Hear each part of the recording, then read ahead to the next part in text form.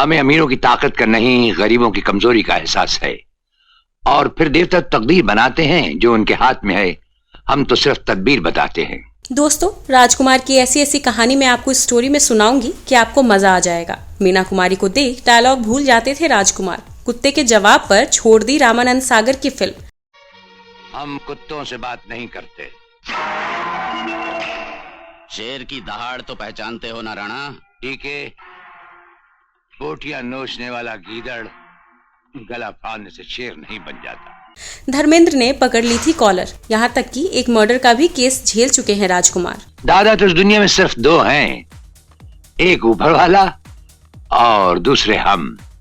बोलो बात क्या है? तो ऐसी अनेकों बहुत ही मजेदार कहानी मैं आपको सुनाऊंगी। तो आपसे निवेदन है कि स्टोरी के अंत तक बने रहें। और अगर आपकी जानकारी में राजकुमार की कोई ऐसी कहानी की जानकारी हो जो स्टोरी में छूट गई हो तो अवश्य कमेंट करके हमें बताएं। हम इस वीडियो के नेक्स्ट एडिशन में उसको डालेंगे। और अगर अभी तक आपने मेरा ये चैनल लाइक सब्सक्राइब नहीं किया है तो कर ले। आपका बहुत बहुत आभार। मैं हूँ आपकी दोस्त एंड होस्ट शिवानी और आप देख रहे हैं लेमन जूस कैंडी।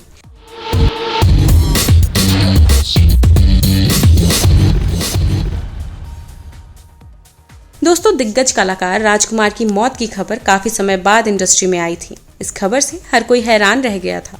किसी को कानो कान खबर नहीं हुई थी कि उनकी मौत हो गई है। लिहाजा इंडस्ट्री से कोई भी उनके अंतिम संस्कार में शामिल नहीं हो सका। मौत के कुछ दिन बाद उनके बेटे पुरु राजकुमार मीडिया के सामने आए। उन्होंने बताया कि पिछले 2 साल से राजकुमार बीमार चल रहे थे। उन्हें थ्रोट कैंसर था। वो नहीं चाहते थे कि उनके फैंस को इस बात की जानकारी हो कि वो बीमार है। यही वजह थी कि ये बात इंडस्ट्री में किसी को भी पता नहीं थी। इसी तरह राजकुमार ने ताउम्र अपनी शर्तों पर जिंदगी जी। एक्टिंग से ज्यादा वो अपनी डायलॉग डिलीवरी और बड़बोलेपन के लिए जाने जाते थे। ये वो रोटी है जिसके कारण एक गरीब माँ अपने बच्चे को बेच डालती है। कभी किसी बहन की इज्जत लुट जाती है। इंसान का खून कर बैठता है।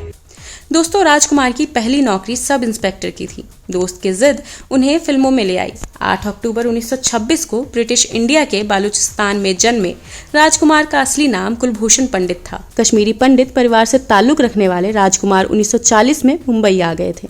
यहाँ पर उनकी पोस्टिंग सब इंस्पेक्टर के पद पर हुई। वो कभी भी एक्टर नहीं बनना चाहते थे। लंबी हाइट और पर्सनालिटी की वजह से उनके दोस्त कहते थे कि उन्हें फिल्मों में हाथ आजमाना चाहिए, लेकिन इस बात को वो सिरे से नकार देते थे।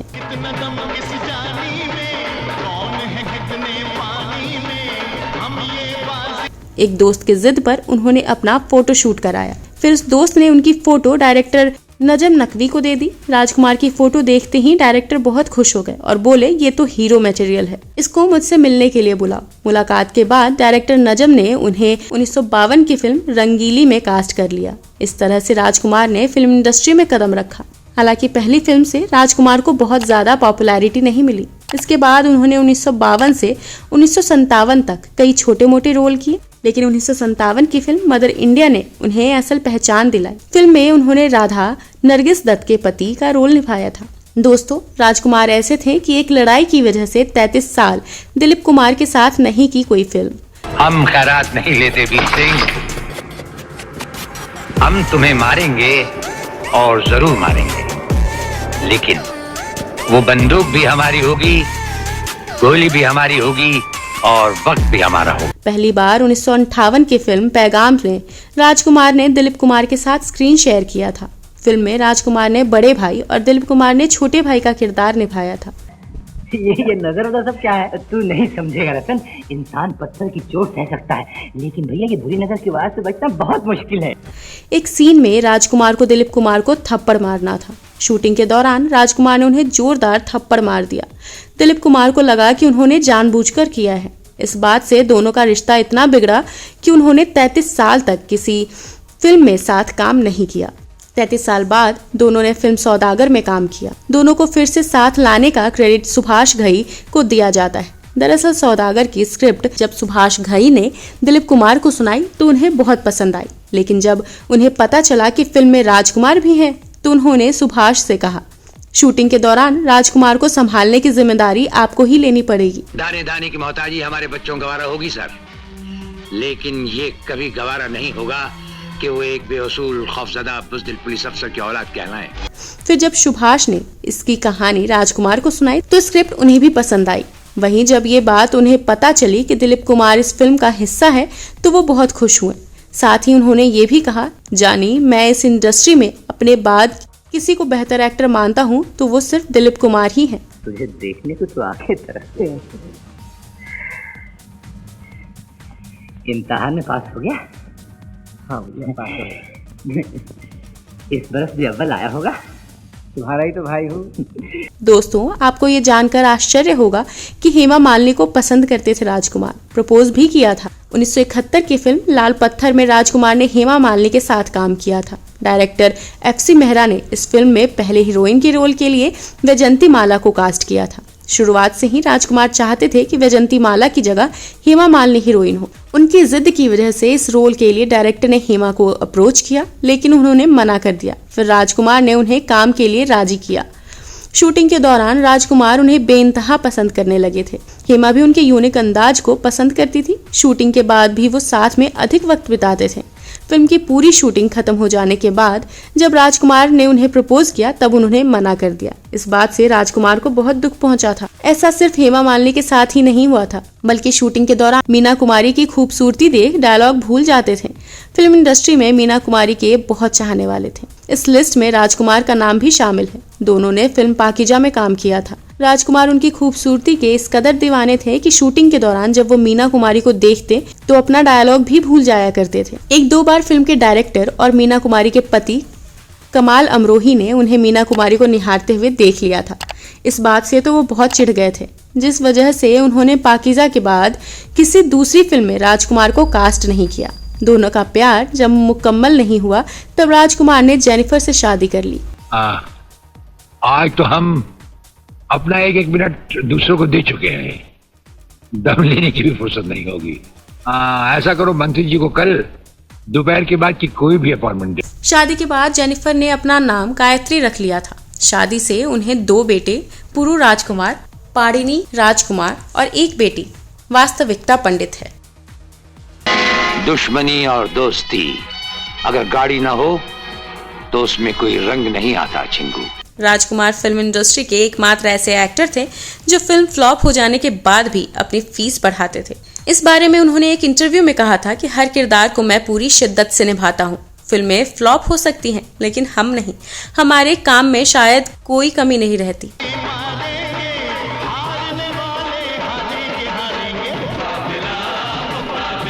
एक बार राजकुमार ने छोटू समझने वाले गोविंदा से कहा, कभी हीरोइंस को भी डांस करने का मौका दिया करो। 1987 में गोविंदा ने पहली बार राजकुमार के साथ फिल्म मरते दम तक में स्क्रीन शेयर किया था। 1979 के फिल्म जंगबाज में दोनों फिर साथ नजर आए थे। जंगबाज की शूटिंग के दौरान एक डांस का सीक्वेंस था। इस सीक्वेंस के शॉट के बाद राजकुमार ने गोविंदा के डांस की तारीफ की। इस बात से गोविंदा गदगद हो गए, लेकिन अगले ही पल उन्होंने ये कह दिया, गोविंदा कभी हीरोइन को भी डांस करने दिया करो, खुद ही पूरा नाच लेते हो। इस कमेंट के बाद गोविंदा समझ ही नहीं पाए कि राजकुमार उनकी तारीफ कर रहे हैं या खिंचाई। आंसू बहाने से दिल तो हल्का हो जाएगा, लेकिन गम का बोझ हल्का नहीं होता। बोझ तो उस वक्त हल्का होगा राणा साहब जिस वक्त मैं उस कातिल को खत्म कर दूंगा जिसने मेरी बहन को छीनकर मेरी दुनिया खत्म कर दी। एक बार तो राजकुमार ने गोविंदा की दी हुई शर्ट को रुमाल बना दिया। इसी फिल्म का एक और किस्सा है। शूटिंग के दौरान एक दिन राजकुमार ने गोविंदा की शर्ट की तारीफ कर दी। इस बात से गोविंदा बहुत खुश हो गए। इसके बाद वो तुरंत ड्रेसिंग रूम में गए और कपड़े बदल कर बाहर आकर पूरे सम्मान के साथ वो शर्ट राजकुमार को भेंट कर दी। एक दिन राजकुमार कपड़े से अपनी नाक साफ कर रहे थे। जब गोविंदा की नजर उन पर पड़ी वो हैरान रह गए। दरअसल राजकुमार जिस कपड़े से अपनी नाक साफ कर रहे थे वो कपड़ा उनकी शर्ट का था जो गोविंदा ने उन्हें भेंट की थी। ये देखकर गोविंदा को बहुत बुरा लगा। सुना है तुम बहुत बड़े दादा बन गए हो। हाँ राणा। हाँ नहीं कहते, राणा को जी कहते हैं। एक बार तो राजकुमार ने सारी हदें पार कर दी। एक फेमस डायरेक्टर का इंसल्ट करने में हुआ कुछ ऐसा कि कुत्ते के जवाब पर फिल्म में काम करने से मना कर दिया। घटना यह है कि रामानंद सागर और राजकुमार बहुत अच्छे दोस्त थे। एक बार रामानंद सागर फिल्म आंखें की स्क्रिप्ट लेकर राजकुमार के घर गए। फिल्म की कहानी सुनाने के बाद उन्होंने कहा कि वो अपनी फिल्म में उन्हें बतौर हीरो कास्ट करना चाहते हैं। तभी राजकुमार ने अपने पालतू कुत्ते को अपने पास बुलाया और पूछा, क्या तुम इस फिल्म में काम करोगे? जब कुत्ते ने कोई हरकत नहीं की तो उन्होंने रामानंद सागर से कहा, जब ये रोल मेरा कुत्ता करने को तैयार नहीं है तो भला मैं कैसे इस रोल के लिए हाँ कर दूं? उनकी ये बात सुनकर रामानंद सागर को बहुत बुरा लगा और वो बिना कुछ कहे उनके घर से चले गए। बाद में इस फिल्म में धर्मेंद्र ने काम किया था। तुम सिद्धार्थ इंडस्ट्रीज में फोन कर दो, कल सुबह वहां जाकर नौकरी शुरू कर देना। और राणा साहब इंटरव्यू? हमारे फोन के बाद इंटरव्यू नहीं होता, लेटर ऑफ अपॉइंटमेंट सीधा मिलता है। एक बार तो उनकी लड़ाई इतनी बढ़ गई जब भरी पार्टी में राज कपूर ने कहा, राजकुमार तुम हत्यारे हो। कहानी कुछ यूं है कि फिल्म आवारा में राज कपूर भी राजकुमार को कास्ट करना चाहते थे, लेकिन उन्होंने काम करने से मना कर दिया था। इस इनकार से राज कपूर उनसे बहुत खफा हो गए थे। फिर क्या, एक दिन प्रेम चोपड़ा की शादी की पार्टी में आमना सामना हुआ। पार्टी के दौरान ही नशे में डूबे राज कपूर ने राजकुमार को खूब खरी खोटी सुनाई। उन्होंने यहाँ तक कह दिया कि तुम हत्यारे हो। इस पर राजकुमार ने उनसे कहा था, बेशक मैं हत्यारा हूँ, लेकिन मैं आपके पास काम मांगने नहीं आया था, बल्कि आप मेरे पास फिल्म का ऑफर लेकर आए थे। हमको मिटा सके ये जमाने में दम नहीं, हमसे जमाना खुद है, जमाने से हम नहीं। दरअसल बात उन दिनों की है जब राजकुमार पुलिस की नौकरी कर रहे थे। एक दिन वो किसी पार्टी से वापस लौट रहे थे। उनकी कार को 4-5 लड़कों ने रोक लिया। इस बात से वो आग बबूला हो गए और उन्होंने उन लड़कों की पिटाई कर दी। उन्होंने इस कदर लड़कों को पीटा कि एक लड़के की मौत हो गई। इस मर्डर केस में उनका नाम आया, सुनवाई भी हुई। हालांकि बाद में सबूतों के अभाव के चलते उन्हें इस केस से बरी कर दिया गया। राजकुमार ने तो रजनीकांत और नसरुद्दीन शाह के साथ फिल्म में काम करने से मना कर दिया था। Film director Mehul Kumar film तिरंगा बना रहे थे। इस फिल्म के लीड रोल के लिए उन्होंने पहले ही राजकुमार को कास्ट कर लिया था। दूसरे रोल के लिए उन्होंने रजनीकांत को अप्रोच किया। रजनीकांत को फिल्म की कहानी पसंद भी आई, लेकिन जब उन्हें ये पता चला कि फिल्म में उनके साथ राजकुमार होंगे तो उन्होंने काम करने से इनकार कर दिया। बाद में नसरुद्दीन शाह ने भी यही जवाब देकर काम करने से मना कर दिया। शेर की खाल पहनकर आज तक कोई आदमी शेर नहीं बन सका और बहुत ही जल्द हम तुम्हारी ये शेर की खाल उतरवा लेंगे। फिर मेहुल कुमार ने इस फिल्म के लिए नाना पाटेकर को अप्रोच किया। उन्हें भी फिल्म की कहानी बहुत पसंद आई, लेकिन जब उन्हें पता चला कि राजकुमार भी इसका किस्सा है तो वो घबरा गए। उन्होंने मेहुल कुमार से कहा, अगर शूटिंग के दौरान राजकुमार दखल अंदाजी करेंगे तो मैं फिल्म बीच में ही छोड़कर चला जाऊंगा। जब नाना पाटेकर की इस शर्त के बारे में मेहुल कुमार ने राजकुमार को बताया तो उन्होंने कहा, मैं तुम्हारी फिल्म में क्यों दखल अंदाजी करूंगा, लेकिन ये नाना बहुत खराब आदमी है, सेट पर गाली गलौज करता है। खैर तुम्हारी फिल्म है, जो तुम्हें सही लगे वो करो। ये तो शेर की गुफा है, यहाँ अगर तुमने करवट भी ली तो समझो मौत को बुलावा दिया। दोस्तों बात तब की है जब एक्टिंग सिखाने की बात पर भड़क गए थे फिरोज खान। जी हाँ, 1965 की फिल्म ऊंचे लोग में राजकुमार के साथ फिरोज खान ने काम किया था। उस वक्त फिरोज इंडस्ट्री में नए आए थे। शूटिंग के पहले दिन राजकुमार उनके पास गए और कहा, देखो ये तुम्हारी पहली फिल्म है, फिल्म को बहुत परफेक्शन के साथ करना, हालांकि मैं बीच बीच में तुम्हें सिखाता रहूंगा। अभी उनकी बात पूरी भी नहीं हुई थी कि फिरोज खान बोल पड़े, आप मुझे मत सिखाइए, मैं अपना काम अच्छे से कर लूंगा। सेट पर मौजूद लोग ये देखकर डर गए कि कहीं राजकुमार फिल्म छोड़कर न चले जाएं। अच्छा हुआ कर्नल साहब आप आ गए। वीर सिंह से कहिए कि शेर को सांप और बिच्छू काटा नहीं करते, दूर ही दूर से रेंगते हुए निकल जाते। दोस्तों मजाक की वजह से धर्मेंद्र ने गुस्से से कॉलर पकड़ लिया था। फिल्म काजल की शूटिंग के पहले दिन राजकुमार ने धर्मेंद्र को देखकर कहा, जानी फिल्म की शूटिंग के लिए हीरो चाहिए था, कोई पहलवान नहीं। अरे डीके, राणा की मौत इतनी छोटी नहीं जो तुम्हारी मुट्ठी में हो। ये सुनकर धर्मेंद्र बहुत गुस्सा हुए, लेकिन उन्होंने बहुत अदब के साथ कहा कि वो उनका मजाक ना बनाए। फिर भी राजकुमार नहीं माने तो धर्मेंद्र ने उनकी कॉलर पकड़ ली। ये देखकर सेट पर मौजूद लोग सभी हैरान रह गए। बाद में ये फिल्म राजकुमार के बिना ही पूरी हुई। दोस्तों सलमान और राजकुमार की कहानी तो आपने जरूर ही सुना होगा। कहानी कुछ ऐसी है कि जब सलमान की पहली फिल्म मैंने प्यार किया हिट हुई तो उनकी सक्सेस पार्टी रखी गई। राजकुमार को भी इनवाइट किया गया था। राजकुमार को पार्टियों का बहुत शौक था, इसलिए राजकुमार भी उस पार्टी में गए। जब सलमान को राजकुमार से मिलवाया गया तब तक सलमान काफी शराब पी चुके थे और अपने आपे के बाहर थे। सलमान ने राजकुमार को पहचानने से इनकार कर दिया। फिर क्या था, राजकुमार ने सलमान को बोला कि जा अपने बाप से मेरे बारे में पूछ कर आ, फिर क्या था, सलमान का सारा नशा टूट गया और सलमान ने राजकुमार से माफी मांगी। दोस्तों, आपको शायद ही पता हो कि राजकुमार के सर पर बाल नहीं थे। जी हाँ, ये सच है, वो बिग पहना करते थे। एक दिन उनके अकड़ू स्वभाव से चिढ़कर क्रू मेंबर्स में से किसी ने राजकुमार का बिग चोरी कर लिया। फिर क्या था, अपना पब्लिक इमेज को बनाए रखने के लिए राजकुमार तब तक अपने कमरे से बाहर नहीं निकले जब तक कि उनके लिए दूसरा बिग नहीं लाया गया।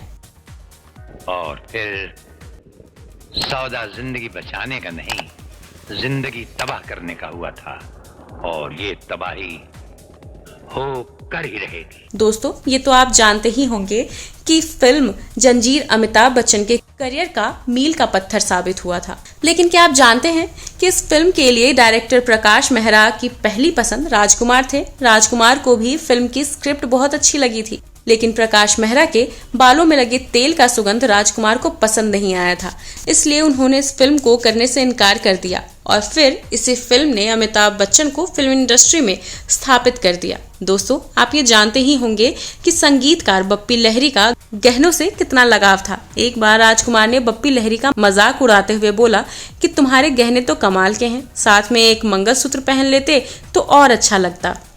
ये सुनते ही बप्पी दा को बहुत बुरा लगा और वो वहां से उठकर चले गए। राजकुमार एक ऐसे कलाकार थे जिन्हें लोग उनकी एक्टिंग से ज्यादा उनकी डायलॉग डिलीवरी के लिए पसंद करते थे, लेकिन आखिरी समय उनकी यही आवाज उनसे दूर हो गई थी। दरअसल उन्हें गले का कैंसर हो गया था, जिस वजह से उनकी आवाज पूरी तरह से चली गई थी। उनके बहुत पास जाकर ही कोई सुन पाता था कि वो क्या कह रहे हैं। 1996 में उनकी आखिरी फिल्म गॉड एंड सन आई थी, जिसके बाद उन्हें शायद ही किसी ने देखा हो। राजकुमार ने 69 साल की उम्र में दुनिया को अलविदा कह दिया। तो दोस्तों, उम्मीद करती हूँ आपको ये मेरी स्टोरी जरूर पसंद आई होगी। कमेंट में अवश्य बताएं और मेरे चैनल को सब्सक्राइब करना ना भूलें। तो अपने दोस्त एंड होस्ट शिवानी को दीजिए इजाजत। आप अपना ख्याल रखें। धन्यवाद।